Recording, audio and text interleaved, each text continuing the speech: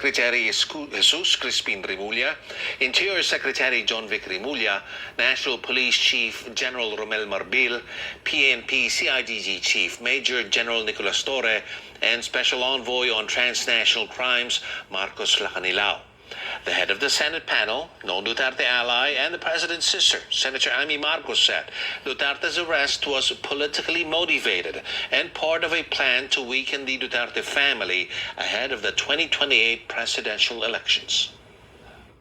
Maliwanag ang pag-aresto kay dating Pangulo ay bahagi ng malawakang pagsisikap ng gobyerno na pabagsakin ang mga Duterte bago mag-2028 election Tama pa. ka.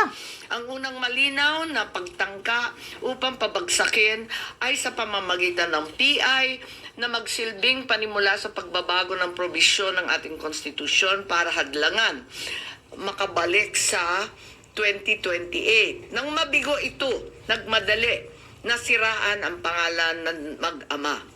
Napatunayan ang motibong politikal na napag-aresto sa turnover kay PRRD sa pamamagitan ng mid-election final campaign sprint action plan ng Lakas CMD nung nagtipon-tipon ang matataas ng opisyal noong petsang 22 ng Abril.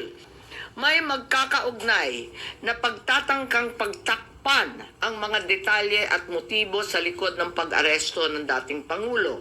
May cover-up. Correct. Tama Senator ka. Marcos also claims the latest issue surrounding